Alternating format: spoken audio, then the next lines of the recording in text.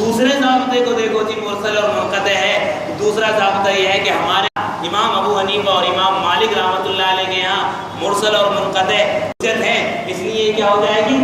حجت ہو جائے گی. اچھی امام شافعی کے یہاں کیا؟ تو امام شافعی رحمۃ اللہ علیہ کہتے ہیں دوسری سند پیش کر دینا، میں بھی مان لوں گا. تو سند لے عن عبد العزيز بن ربيعة قال كان أبي بن كعب رضي الله تعالى عنه يصلي الناس في رمضان في المدينة 20 ركعة ويوتر ناس. أخرجه أبو بكر بن أبي شيبة رحمه الله مصنفه وإسناده مرسل قوي.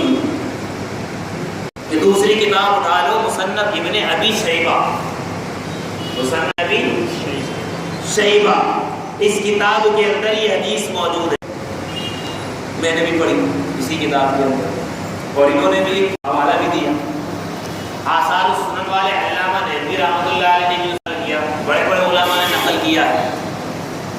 کیا لکھا کہ حضرت عبد العزیز بن رفیع فرماتے ہیں کہ ابی کعب رضی اللہ تعالی عنہ لوگوں کو رمضان میں مدینے میں 20 رکعت پڑھاتے تھے اور 3 پڑھاتے تھے.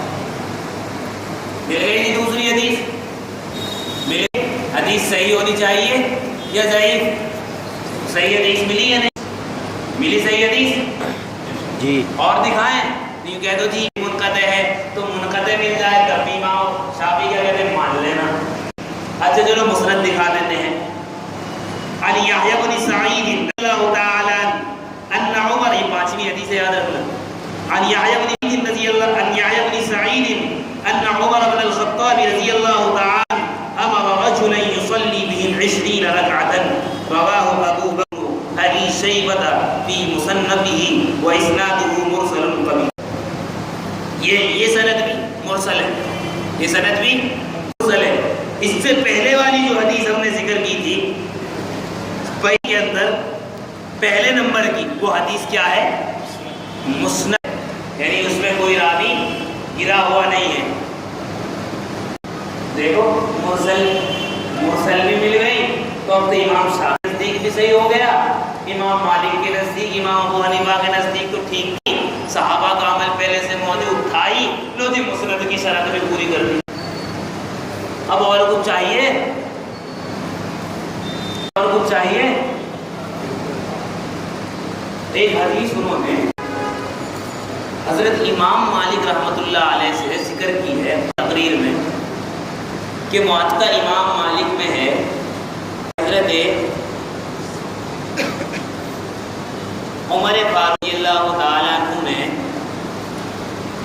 ابی بن کعب اور تمیم داری رضی اللہ عنہم کو حکم دیا کہ تم لوگوں کو نماز پڑھاؤ، اور انہوں نے 11 رکعت پڑھائی. کہہ رہے ہیں موطا امام مالک موطا میں ہے. ٹھیک ہے جی، یہ حدیث موطا امام مالک میں بھی ہے، اور اس کی سند طرف دکھائیں گے. یہ نیچے والی کتاب ہے.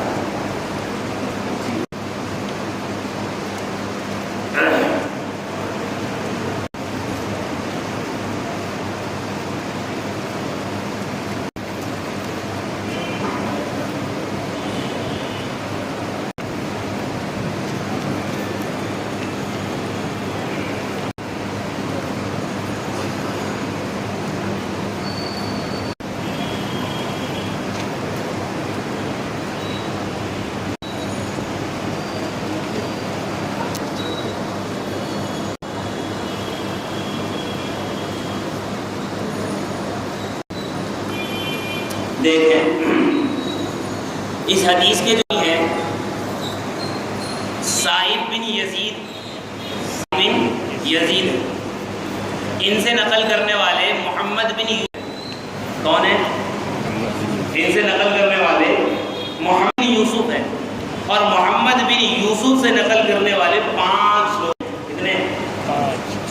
امام مالک رحمۃ اللہ علیہ موطا امام نقل کرتے ہیں، یحییٰ بن قطان ہیں، عبد العزیز بن محمد ابن اسحاق ہیں، عبد الرزاق. 5 لوگوں نے یوسف سے، محمد بن یوسف سے یہ روایت نقل کی ہے. کتنے لوگوں نے؟ 5 لوگوں نے. کیا کیا نام ہے؟ امام مالک، یحییٰ بن قطان، عبد العزیز بن محمد، ابن اسحاق، عبد الرزاق. 5 نے الگ الگ طریقے سے روایت. 5 نے کیا کیا ہے؟ الگ الگ طریقے سے روایت کیا ہے.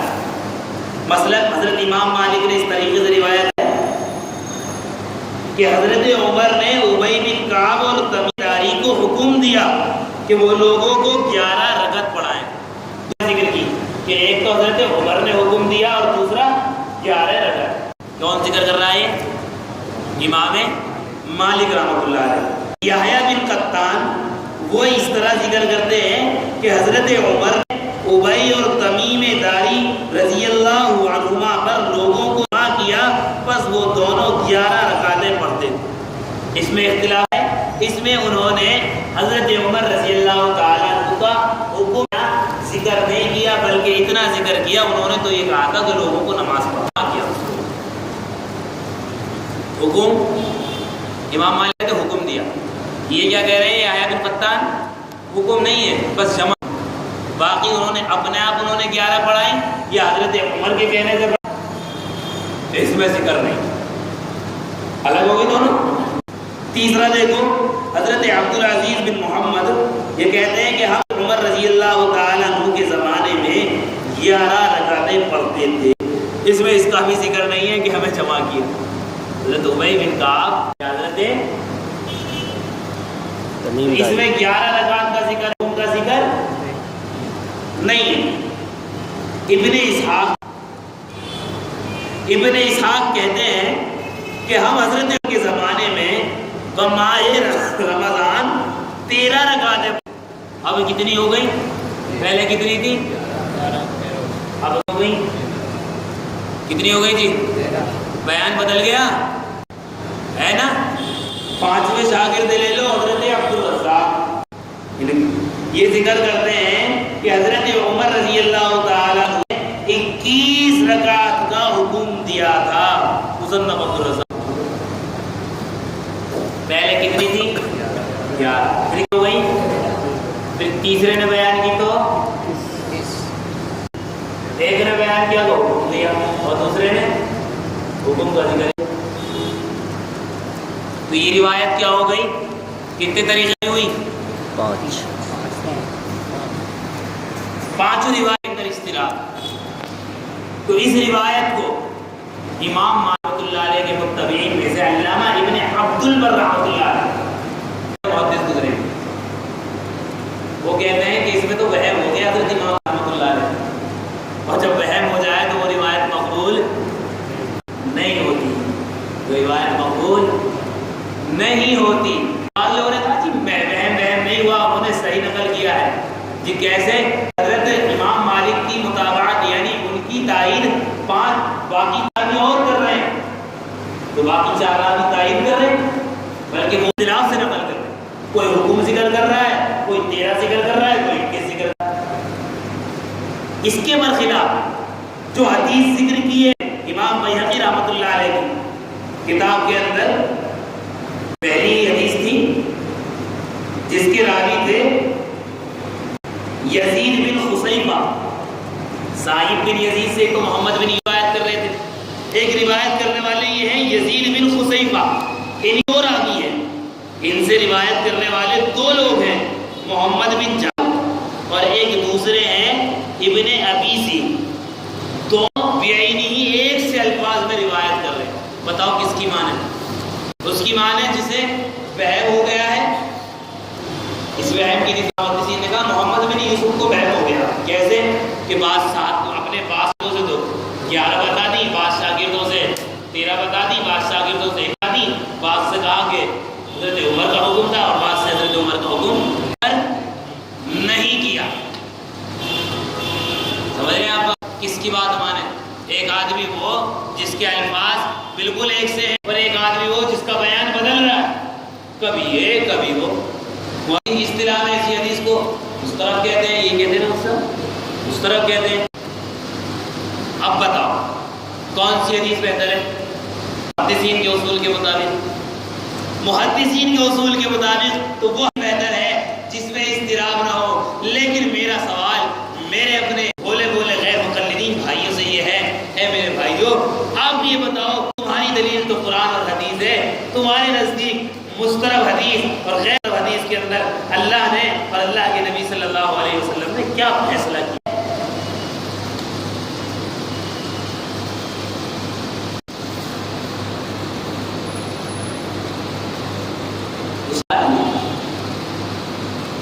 بات آگے بڑھاؤں ٹائم زیادہ ہو گیا، ابھی تو کئی باتیں رہ گئی.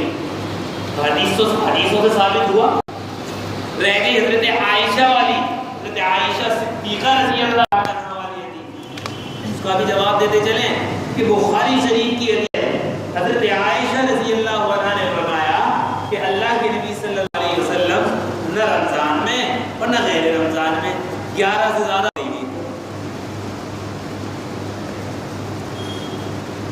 اسی لیے خطیب صاحب جو آپ نے ریکارڈنگ بھیجی ہے اس میں عرض کرتے ہیں کہ 11 سے زیادہ پڑھنے کی جواز کی تو کوئی صورت ہی نہیں ہے. پتہ نہیں صحابہ نے کیسے پڑھ دی.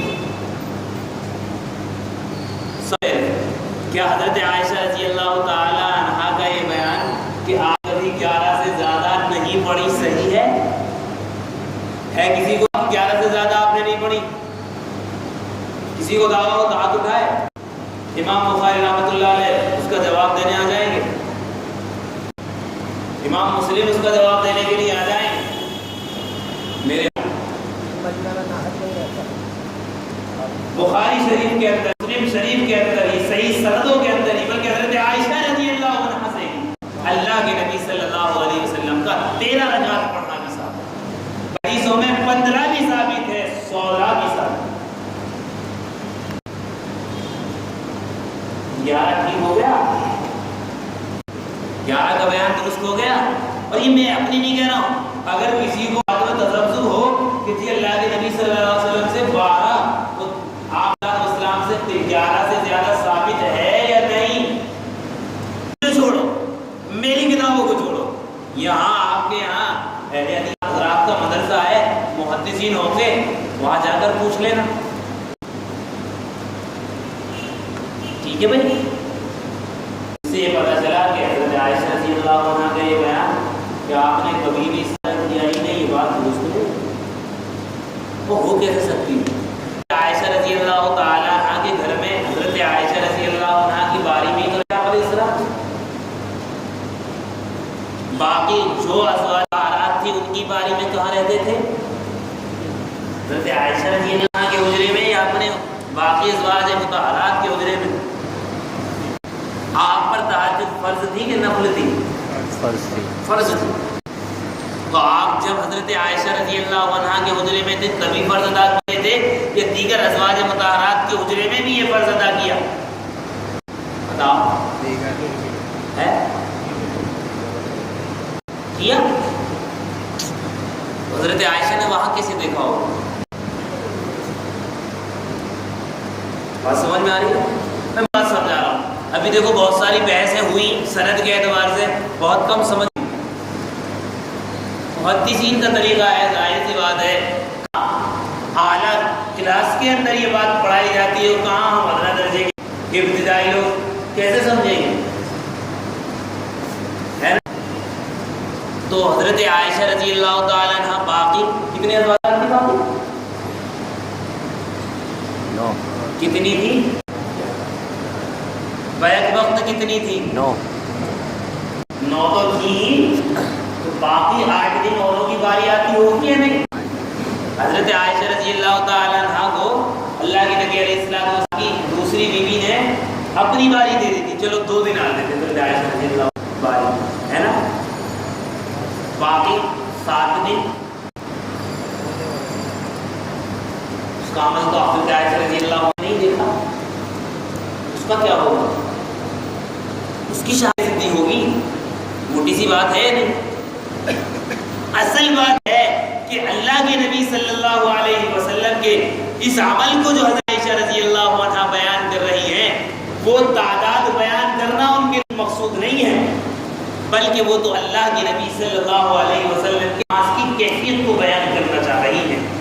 صحابی پوچھتے ہیں، سائل پوچھتے ہیں، سوال کرنے والے، اما عائشہ یہ بتائیے فکان صلاۃ رسول اللہ صلی اللہ علیہ وسلم، کئی بار سوال کیا کہ نبی صلی اللہ علیہ وسلم کی نماز کیسی تھی، مجھے کتنی تھی؟ دیکھو ابتدا بیٹھے ان سے پوچھ لیجیے، ماشاء اللہ یہ عجیب ہے، ان سے پوچھ لیجیے کیفا، یہ کیسے پوچھنے کے لیے ہوتا ہے یا تعداد کو پوچھنے کے لیے ہوتا ہے؟ کس کے لیے ہوتا ہے؟ صحابی کیا پوچھ رہا ہے؟ کیسی کیفیت تھی، کیسے رہتے تھے؟ تو اللہ کے نبی صلی اللہ علیہ وسلم کی کیفیت ہے، حضرت عائشہ فرما رہی ہے کہ تھی عام معمول یہ تھا کہ آپ 11 سے زیادہ نہیں پڑھو، ٹھیک ہے، محدثین کہتے ہیں اس کو عام پر غالب پر محمول کرو، لیکن تو نے کیفیت کے بارے میں پوچھا ہے، اس کے حسن کے بارے میں، حسنہن و طولہن، تو ان رکعتوں کے طول اور حسن کے بارے میں تو سوال ہی نہ کر، کتنی لمبی پڑھتے تھے، کتنی اچھی پڑھا کرتے تھے، لمبی پڑھا کرتے تھے، کتنی اچھی پڑھا۔ یہ تو پوچھ رہے ہیں تعداد کے بارے میں نہیں میرے بھائی، یہ کس کے بارے میں پوچھ رہے ہیں؟ کیفیت کے بارے میں پوچھ رہے ہیں، کس کے بارے میں؟ کیفیت کے بارے میں، تعداد کا تو کوئی مطلب ہی نہیں۔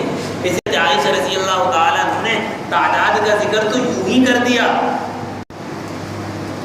کوئی حصر کرنا کہ اتنا ہی ہے اس سے نہیں ہے، یہ مقصود نہیں تھا، بلکہ کیوں؟ اس لیے کہ اگر اس سے زیادہ نہ ہو تو حضرت عائشہ رضی اللہ عنہ خود کیوں روایت کرتی ہے؟ ابو داؤد میں روایت موجود ہے، دیگر صحابہ سے بخاری شریف مسلم شریف کے اندر روایت موجود ہے۔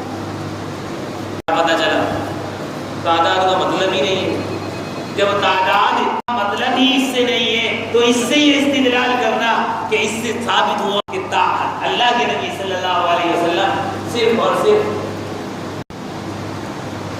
8 رکعت تراویح پڑھتے تھے، بات درست ہو؟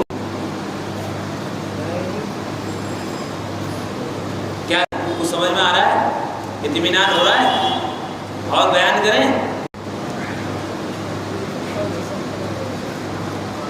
کیا؟ وہ کہہ رہے ہیں کہ آپ کسی کلام کو مختصر کر دو، وقت بہت ہو گیا۔ اچھا تو ایک تھوڑی سی وہ لے لیں، ذرا حدیث اور اہل حدیث اٹھا دیں، ایک تھوڑی سی یہ رپورٹ لے لیں کہ کس زمانے تک کیسے عمل ہوتا رہا، ٹھیک ہے نا؟ پھر بات اپنی ختم کریں۔ یعنی لوگ سوچ رہے ہیں کہ تفصیلی گفتگو کریں، اتنی موٹی موٹی کتابیں صرف محض، دیکھو یہ مولانا طاہر غیابی صاحب دعوت برکات، نام تو سنا ہوگا، حضرت یہاں آئے بھی ہیں، انہوں نے یہ کتاب لکھی ہے احسن لرکعات التراویح، کتابیں ہیں جن کے حوالے سے یہ کتاب لکھی ہے۔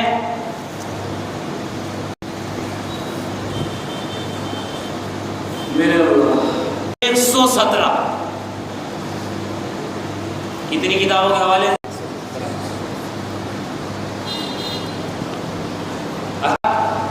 کتنے صفحے کی ہے؟ 472۔ آپ کہہ رہے ہیں کہ ایک ہی گھنٹے میں تحقیق کر دو، تفصیل روشنی ڈال دو۔ اب حضرت نے تفصیل روشنی ڈالی، 2-3 دن سے تو میں پڑھ رہا ہوں کتاب، اور آپ کہہ رہے ہیں کہ ایک ہی گھنٹے میں روشنی ڈال دو۔ حدیثیں سمجھ میں آ رہی ہے نا؟ سمجھ میں آ رہا ہے تو اس کو لے لیتے ہیں۔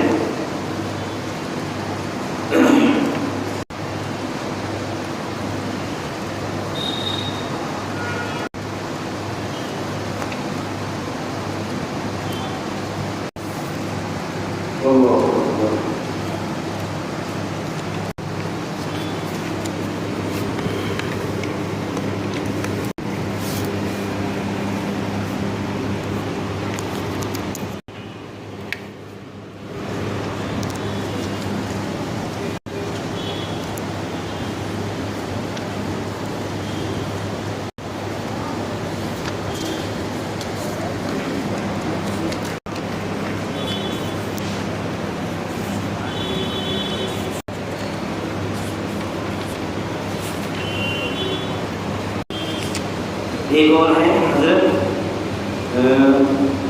طالبی ہے کتاب شیخ عبد القادر جیلانی رحمۃ اللہ علیہ، انہوں نے لکھا ہے وهي 20 ركعة يجلس عقب كل ركعتين ويسلم فهي 5 تراویح 20 رکعت ہے، 2 رکعت کے بعد بیٹھے سلام پھیرے، یہ 5 تراویح ہے۔ شیخ عبد القادر جیلانی رحمۃ اللہ علیہ، احمد ابن حنبل رحمۃ اللہ علیہ کے ماننے والے، ان کے مقلد کوئی تراویح بتا رہے ہیں 20۔ موطا امام مالک رحمۃ اللہ علیہ، امام مالک رحمۃ اللہ علیہ کے نزدیک تراویح کتنی ہے؟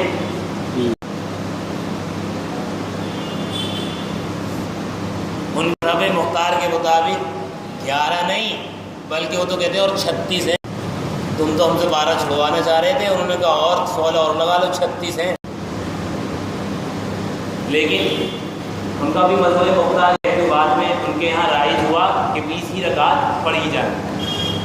امام رحمۃ اللہ علیہ فرماتے جی میرے نزدیک تو پسندیدہ 20 رکعت ہے۔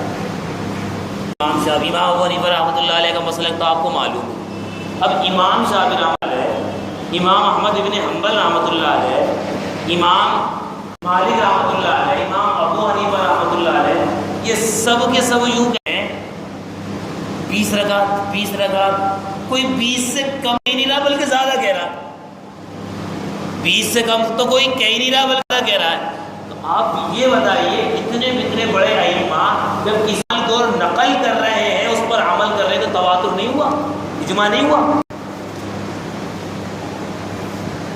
حضرت عطا ابن رباح 114 ہجری میں ان کا انتقال ہوا، مکے کے بڑے محدث تھے۔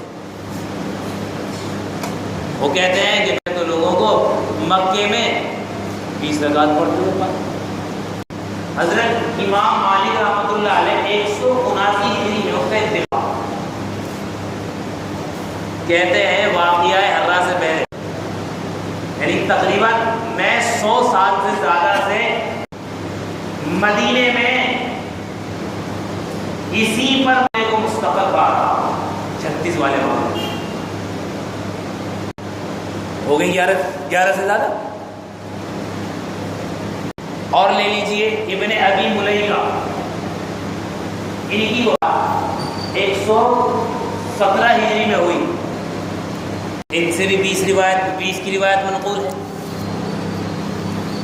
کہ اگر میں آپ کو گنانے لگوں تو آپ کہیں گے یہ بہت ہو گیا، اب کچھ اور کسی چیز کی ضرورت نہیں۔ میں کتاب میں اس وجہ سے ساتھ لایا تھا یہ کہ دیکھو بہت سے لوگ یہ سوچتے ہیں کہ یار اس میں کچھ لکھا ہے یا نہیں، یعنی یہ سوچتے ہیں کہ تحقیق تو بس ہم نے کی ہے، اس میں بھی تحقیق ہے، اس میں بھی تحقیق حدیثیں ہی لکھی ہیں، اس میں بھی حدیثیں 472 صفحے اس میں بھی لکھی ہیں، اور جو کتابیں لکھی ہیں ان میں بھی تراویح کے متعلق بلکہ دیگر کے متعلق حدیثیں لکھی ہیں۔ تو اب سوال یہ ہے کہ ہم نے تو اولاً اجماع صحابہ سے اور حضرت عمر رضی اللہ عنہ سے ثابت بھی کر دیا اجماع، صحابہ اکرام اس طریقے سے پڑھنے لگے تھے، تو اپنے اصول کے مطابق ثابت کر دیا کہ ہمارے اصول کیا ہیں؟ قرآن میں نہ ملے تو سنت، اور حدیث میں نہ ملے تو صحابہ سے لے لو، اجماع سے لے لو، اور اگر اجماع میں نہ ملے تو مجتہد کا قیاس لے لو، مجتہد کا اجتہاد، اس پر عمل کرو۔ لیکن آپ بتاؤ آپ عمل کیا؟ آپ 5 عمل کر رہے ہیں، پھر یاد رکھیں 5 عمل کر رہے ہیں، 8 پڑھ رہے ہیں، 8 ہی پڑھ لیں، اور 30 دن جماعت سے پڑھ رہے ہیں، مسجد میں پڑھ رہے ہیں، اور آگے پورا قرآن کر رہے ہیں، پورا قرآن کر رہے ہیں۔ سب یہ ہے آپ پر 8 پڑھنے کی کیا دلیل ہے؟ حضرت عائشہ رضی اللہ عنہ کی حدیث جواب دے دیا، چلو تمہارے یہاں صحیح ہے، یہ ہمارا سوال اب آپ سے یہی ہے۔ حالانکہ وہ ان کے دعوے میں صحیح نہیں، ان کے دعوے کے مطابق نہیں ہے، اس کا تعلق ہی نہیں ہے، اس کا تعلق تو تہجد سے ہے نہ کہ تراویح سے۔ اچھا دوسری بات بتاؤ، کتنے دن پڑھو گے؟ 30 دن۔ نبی نے کتنی پڑھی؟ 3 دن۔ چھوڑ دیا اللہ کے نبی علیہ السلام کا عمل، اللہ کے نبی علیہ السلام کا عمل چھوڑ دیا۔ اچھا بتاؤ کتنی رکعت رکعت پڑھو گے؟ 20 کیوں نہیں؟ راتیں کس سے لے لی؟ راتیں کس سے لی؟ صحابہ سے. رکعتیں بات صحیح ہے. راتیں لے لی، راتیں چھوڑ دی. قرآن مکمل پڑھتے ہو کیا اللہ کے نبی صلی اللہ علیہ وسلم تراویح میں مکمل قرآن پڑھنا ثابت ہے؟ نہیں. کیوں پڑھتے؟ صحابہ کا اجماع کیا ہے؟ صحابہ کا اجماع ہے. جب صحابہ کا اجماع ہے، تم نے صحابہ کا یہاں مان لیا اللہ کے نبی صلی اللہ علیہ وسلم کے مقابلے میں. جو اللہ کے نبی صلی اللہ علیہ وسلم نے نہیں کیا وہ صحابہ نے کر لیا، پھر ان کے مقابلے میں ہوا نہیں. اور کیسے مقابلہ ہوتا ہے؟ اگر تم یہ کہتے ہو کہ نہیں انہوں نے اللہ کے نبی صلی اللہ علیہ وسلم ہی سے سیکھ کے عمل کیا ہوگا، تو پھر یہ رکعتوں میں کیوں نہیں کہتے؟ یہ بات رکعتوں میں ہو سکتی ہے کہ اللہ کے نبی صلی اللہ علیہ وسلم ہی سے سیکھا ہے. میں ہو گئی پورا کرو، راتوں میں ہو گئی، رکعتوں میں. سوال ٹھیک ہے؟ کون سی میں اللہ کے نبی علیہ السلام نے پڑھائی کی ہے؟ وہاں مسجد نبوی. مسجد نبوی ہے یا بریلوی حضرات کی طرح حاضر و ناظر کا مان بیٹھے ہو؟ بریلوی حضرات کا عقیدہ یہ ہے نا، وہ یہ ہے کہ اللہ کے نبی صلی اللہ علیہ وسلم ہر جگہ حاضر و ناظر ہے. اور ظاہر سی بات ہے یہاں پر بھی ہے تو پھر یہاں یہ بھی ان کی مسجد ہو گئی، ہوئی نہیں ہوئی. تو کیا یہ عقیدہ مان لیا ہے یا نہیں مانا ہے؟ تو پھر اللہ صلی اللہ علیہ وسلم کا عمل چھوڑ کر صحابہ کے عمل پر آگے، اللہ کے نبی صلی اللہ علیہ وسلم کی رکعتیں چھوڑ کر صحابہ کی رکعتوں پر نہیں گئے. کسی کو کوئی سوال ہے تراویح کے متعلق؟ کوئی سوال ہو لکھ کے دے سکتے؟ لکھ کے دے دو. سوال ہے تراویح کے متعلق. باتیں سامنے آئی ہیں، اس سے یہ لگتا ہے کہ تراویح جو ہے باتیں سامنے آئی ہیں، اس سے یہ لگتا ہے کہ تراویح میں 20 بھی ہم پڑھ سکتے ہیں اور 8 بھی پڑھ سکتے ہیں، اور جو آپ نے 13 اور 32 اور 34 کی جو باتیں کہی ہیں اس میں فلیکسیبلٹی نظر آتی ہے. اختیار ہے چونکہ یہ قیام اللیل میں شمار کیا جاتا ہے، تو یہ قیام اللیل ہے، اس میں ہم کو یہ میں سمجھ گیا آپ کر سکتے ہیں. آگے اس سے جو ہے توحید کے اوپر، رسالت کے اوپر اور آخرت کوئی فرق نہیں پڑتا. اگر کوئی بھی اسلام کا بنیادی کوئی بھی ہمارا رسم اگر توحید، رسالت اور آخرت پر اٹیک کرتا ہے تو اس کو ہم کو ہر حالت میں، لیکن اس سے جو ہے کچھ فرق نہیں پڑتا ہے. میرے مطلب ان تمام باتوں میں یہ کہہ سکتے ہیں کہ یہ اس میں فلیکسیبلٹی ہے، اس میں آزادی ہے. آدمی آپ کو ہو گیا، ہم نے کہیں یہ کہا کہ ہم نے کہیں بتایا کہ وغیرہ سب برابر فرق سمجھایا سوال. اور اگر کوئی ایک ہونے کا دعویٰ کرتا ہے اور اہل حدیث ہونے کا دعویٰ کرتا ہے، قرآن اور حدیث پیش کرے. پھر مسئلہ یہ ہے کہ کیا اس سے توحید پر کوئی فرق، رسالت پر کوئی فرق پڑے گا، آخرت پر کوئی فرق پڑے گا؟ سوال ہے، یہی سوال ہے. اب سوال ہمارا یہ ہے، یہ کہاں کون سی کے اندر یا قرآن کریم کی کون سی آیت ہے کہ جس کے اندر اللہ تبارک و تعالیٰ نے یہ حکم دیا ہو کہ جس چیز کا تعلق قرآن، چیز کا تعلق توحید سے، آخرت سے اور رسالت سے ہو وہ تو مان لینا. اور جو ان کے اعمال ہیں رسول اللہ صلی اللہ علیہ وسلم، ان کے صحابہ کے، اگر ان میں کوئی چیز سامنے آ رہی ہو اور اس میں لوگ دوسرے غیر حق کی طرف جا رہے ہوں، اس میں کہہ دینا کہ اس کا توحید سے، رسالت سے اور آخرت سے تعلق نہیں ہے، اس لیے جو کرنے دیں.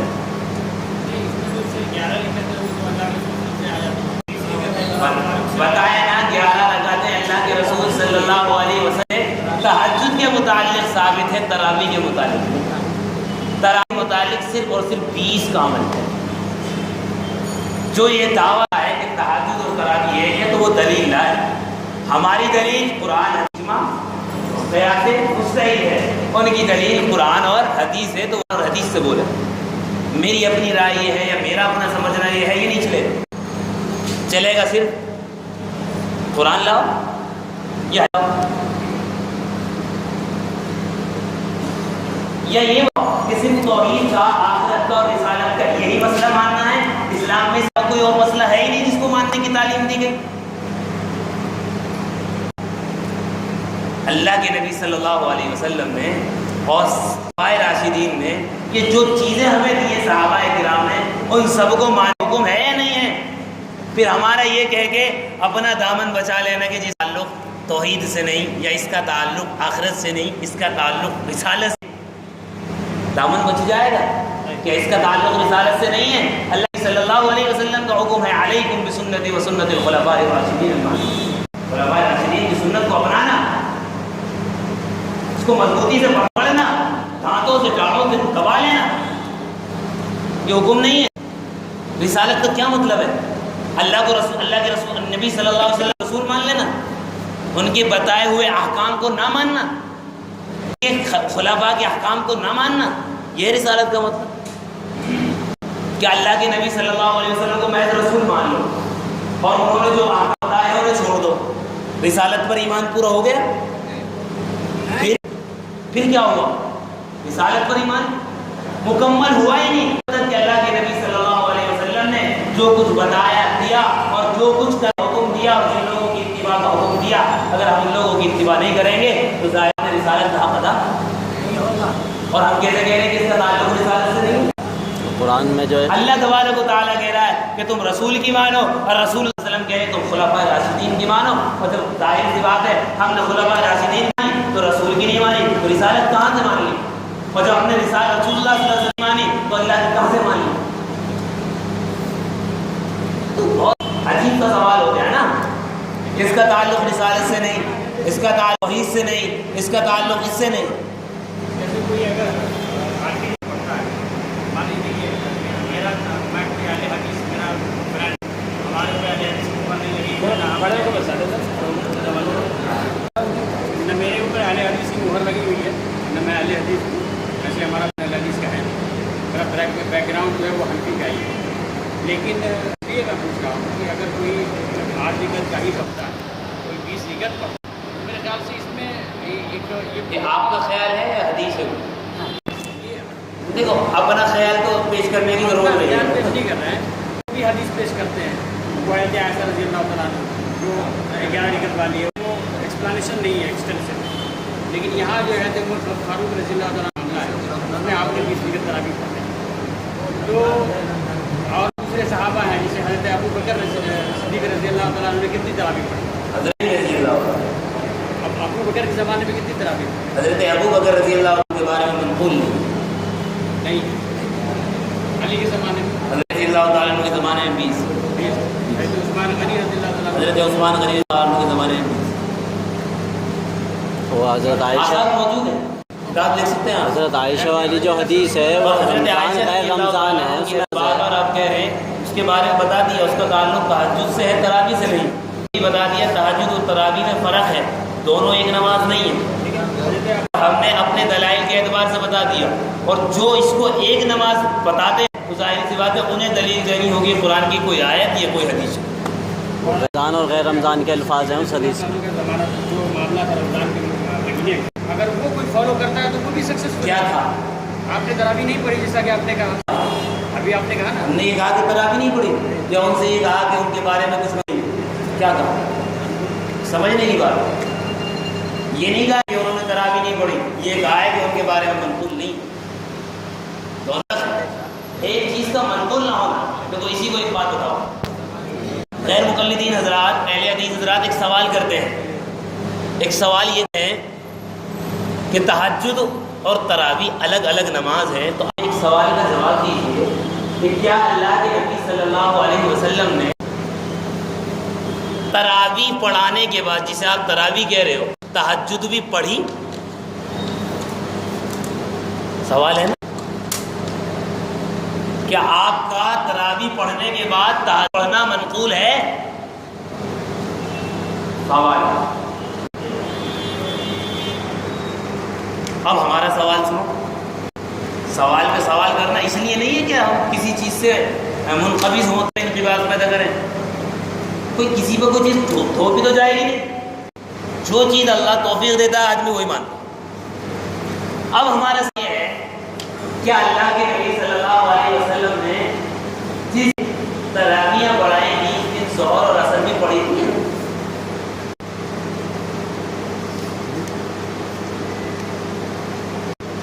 سوال کیا ہے؟ جس دن اللہ کے نبی صلی اللہ علیہ وسلم نے تراویح پڑھائی تھی اس دن ظہر پڑھی تھی، اور کہاں لکھ رہا ہے؟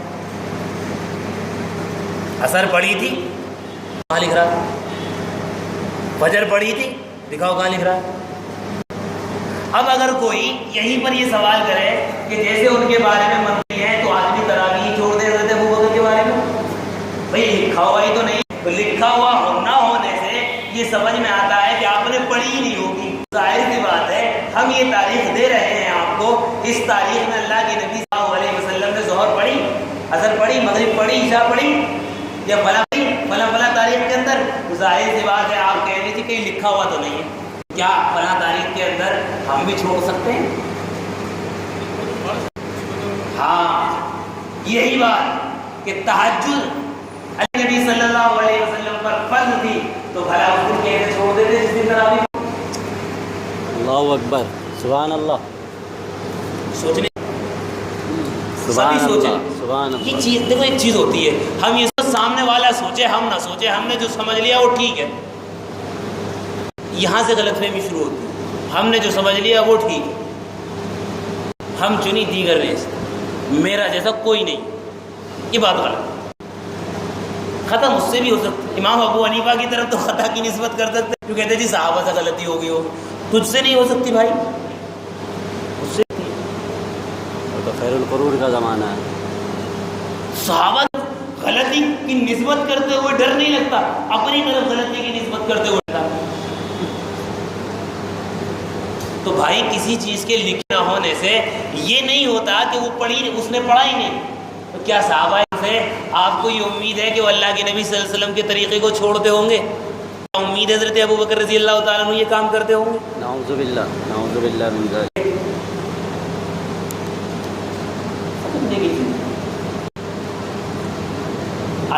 اصل بات ہے کہ جو تم اس مانو اسی اصول کے مطابق اپنی بات ثابت کرو، اور سامنے والا جو اصول مانتا ہے اس سے اس کے اصول کے مطابق بات ثابت کرو، تب تو بات ٹھیک ہے۔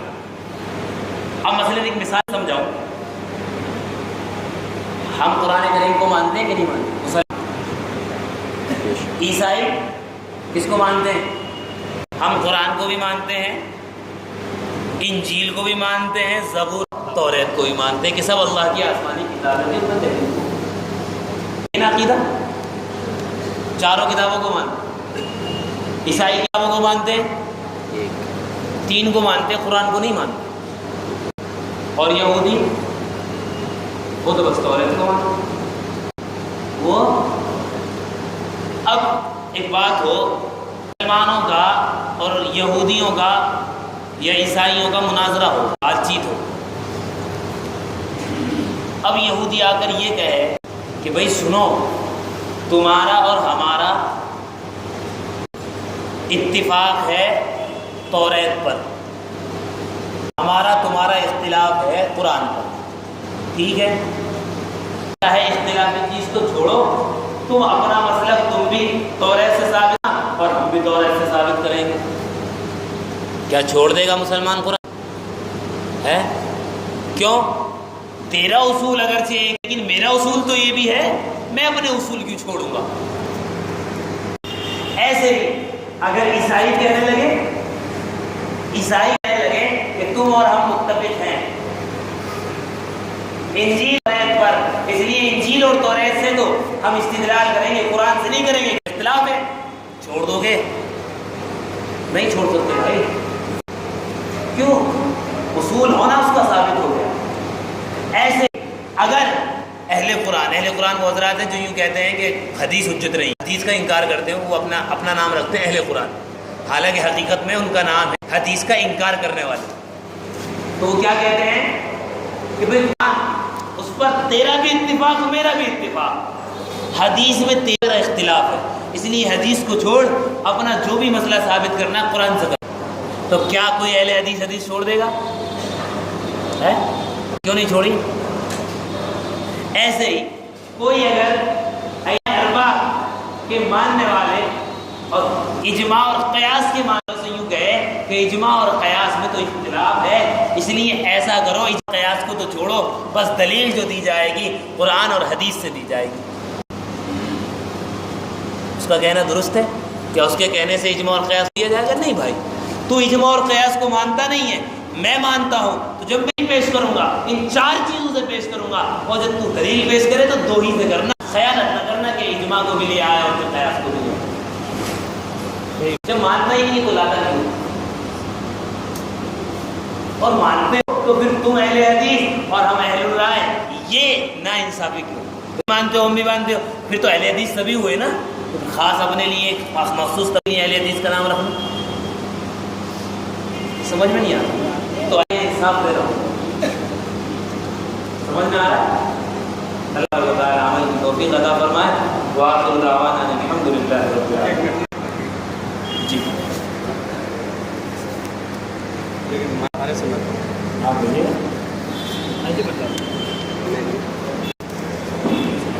السلام علیکم۔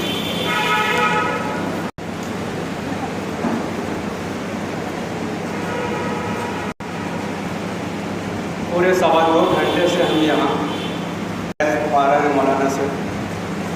ہمیں امام صاحب نے بتایا تھا کہ تراویح کی نماز کی فضیلت، اس کی اہمیت، اس کے ہدف کو مولانا بیان کریں گے، لیکن ہم نے یہاں محسوس کیا کہ مولانا نے زیادہ تر تنقیدی نظریہ پیش، مسلک پہ روشنی ڈالی ہے، مسلک پہ جو کم از کم ایک ذہین آدمی، دانش اور صحت مند ذہن رکھنے والے پہچان نہیں ہوتی ہے کم از کم۔ سوال یہ ہے کہ تراویح کیا ہے؟ حضرت کو سب سے پہلے واضح طور پر بیان کرنا چاہیے کہ تراویح کیا ہے۔ انہوں نے اور نماز شب یعنی تہجد کے فرق کو بیان کرنے کی کوشش کیا، ظاہر ہے دونوں میں فرق ہے۔ ہم نے اپنے معاشرے میں دیکھا کہ ہم دفتر میں ہوتے ہیں، ذہن تراویح پہ ہوتی ہے، ہمارے ذہن میں یہ خلفشار رہتا ہے کہ ہمیں تراویح پڑھنا ہے، جبکہ 5 وقت کی نماز فرض ہے، ہر حال میں اسے پڑھنا۔ یہاں تک کہ بتایا گیا ہے کہ آپ بستر مرگ میں ہوں، آپ کا ذہن کام کر رہا ہو تو اشارے میں نیت کر دیں اور اس کو ادا کر دیں۔ لیکن پتہ نہیں ہمارے معاشرے میں 5 وقت کی نماز کا کوئی خیال نہیں رہتا، اور جیسے ہی رمضان کی آمد ہوتی ہے تو تراویح کا ہنگامہ شروع ہو جاتا ہے۔ آپ کو کوئی سوال کرنا ہے تو کوئی سوال کریے۔ سوال کر رہا ہوں میں، آپ پوری سوال کر رہا ہوں۔ قرآن پاک میں جتنے بھی فرائض ہیں اعلان کر دیا گیا ہے اور کہا گیا ہے کہ کرنے کے لیے، چاہے وہ روزہ ہو، نماز ہو، حج ہو، زکات ہو، علم حاصل کرنا ہو، جب کہ یہ بتایا گیا ہے۔ سوال بتائیے، سوال کیا ہے؟ میں سوال کر رہا ہوں، سوال نہیں، تقریر ہے۔ یہ تقریر نہیں ہے، سوال بتائیے، سوال کیا ہے؟ یہ تمہیدی گفتگو ہے۔ تمہیدی آپ نہیں کریں گے؟ سوال کیجیے۔ کرام بیٹھے ہوئے ہیں، آپ کی بدتمیزی، آپ نے سوال کرنا ہے۔ سلام بتائیے کیا ہے؟ بس سوال کر رہا ہوں، سوال پوچھیے۔ میں سوال کر رہا ہوں۔ سوال اتنا لمبا نہیں ہوتا ہے۔ ٹائم ہمارے پاس 2.25 گھنٹے تھے، ٹائم کی بہت قیمت ہوتی ہے۔ بیٹھ جائیے، سوال پوچھیے، سوال کیا ہے؟ بیٹھ جائیے، آپ کس علاقے میں بیٹھے ہیں پتہ ہے؟ اس جامعہ کا یہ سایہ۔ آپ سوال کریے۔ سوال کیا ہے؟ سوال یہ ہے، ہمیں سب سے پہلے تراویح کو ڈھونڈنا ہے قرآن پاک میں، اللہ کے کلام میں۔ اس کے بعد ہمیں دیکھنا ہے، ابھی مولانا نے پڑھا اولو الامر کے لیے، ہمیں ڈھونڈنا ہے کہ اولو الامر کون ہے۔ رسول پاک صلی اللہ علیہ وسلم کے بعد، آپ بتائیے سوال کیا ہے؟ رسول پاک صلی اللہ علیہ وسلم کے بعد ہمیں یہاں کے تراویح کی نماز کس نے پڑھی ہے؟ کیا حضرت ابو بکر کے زمانے میں ہوئی؟ حضرت ابو بکر کے زمانے میں ہوئی؟ خاموش رہیے۔ کیا حضرت عثمان غنی کے زمانے میں ہوئی؟ کیا علی کے زمانے میں ہوئی؟ بتا دو، کسی کو بتایا ہے؟ سوال کر رہے ہیں کہ آج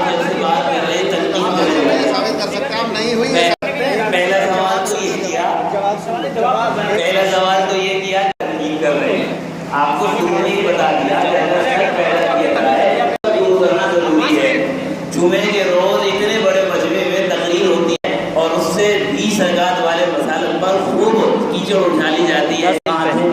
10 مسائل پہ 10 مسائل پہ وہاں جو آپ خاموش رہے ہیں کلام کی بات ہوتی ہے آپ کو نیند آتی ہے.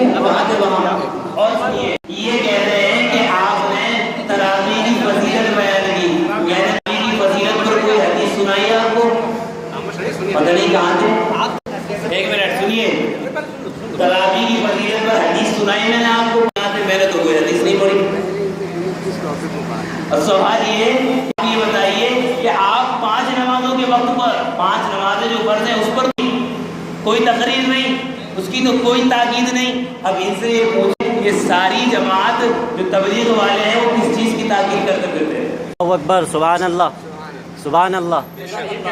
بے شک یہ کہہ رہے ہیں کہ آپ یہ ثابت کیجئے کہ حضرت ابو نے, اللہ کے نبی نے, حضرت علی نے, حضرت عثمان نے, انہوں نے تراویح نہیں پڑھی. اور کیا ثابت کیا تھا؟ سو رہے تھے. آپ نے یہ نہیں کہا کہ حضرت نے پڑھی, ان کے زمانے میں کہا گیا ہے. اور کسے کہتے ہیں ان کے زمانے میں پڑھی نہیں ہوگی؟ یہ ثابت کیجیے. اب یہ دیکھیے کہ حضرت عمر رضی اللہ عنہ نے تراویح نہیں پڑھی, یہ کہنا چاہ رہے ہیں. اب بات سنیے, سوال کا جواب میں نے یہ دیا تھا. سنیے, اسی سوال کا یہ جواب تھا. آپ چپ چاپ سنیے بات سنیں, ناراض نہ ہوں. تراویح کے نام پر ارے سنیے, ارے بیٹھیے. آپ کا یہی سوال کا جواب میں نے دیا تھا کہ کسی چیز کا منع ہونا اس کا مطلب یہ نہیں کہ اس نے پڑھی نہیں. کہاں سے فارغ ہیں آپ, کہاں سے فارغ ہیں؟ تسلی ہے بہت بڑا. بس اللہ تعالیٰ یہ سوال کہ حضرت نے کیا, حضرت علی نے کیا یا نہیں کیا. میں نے کیا بتایا؟ میں نے یہ بتایا اگر کسی کے بارے میں منقول نہ ہو کہ اس نے کیا ہے یا نہیں کیا تو اس میں یہ حکم نہیں لگتا کہ اس نے نہیں کیا. خلفائے راشدین کے بارے میں سوال معمول دیکھا ہے جب سارے کر رہے ہوں گے تو وہ کیا چھوڑ رہے ہوں گے؟ نعوذ باللہ. بالکل نہیں. سمجھ رہے ہیں؟ سوال غصہ ہونے کی ضرورت نہیں ہے. اور یہ موضوع لکل مقالین مجال. ارے سنیے, ارے سنیے ناراض نہ ہو. لکل مقالین, آپ سنیے ناراض نہ ہو. لکل مقالین مجال, ہر بات موقع ہوتا ہے. اب میں آپ سے یہ کہنے لگوں کہ اللہ کے نبی صلی اللہ علیہ وسلم نے قرآن کریم کے 30 کے 30 پاروں میں 6666 آیت ساری کی ساری کے بارے میں کیوں نہیں لکھی؟ جس کا جو موقع تھا اللہ کو بیان کرتا رہا. اب نماز کی فرضیت کے بارے میں سبھی جانتے ہیں, اس کے بارے میں محنت ہو رہی ہے. شک اور شبہ ڈالا جا رہا ہے تراویح میں اور پتاؤں میں. کہاں گیت, کہاں گروڑا, کہاں نمتی باجوڑا. ٹھیک ہے, اللہ تبارک و تعالیٰ عمل کی توفیق عطا فرمائے.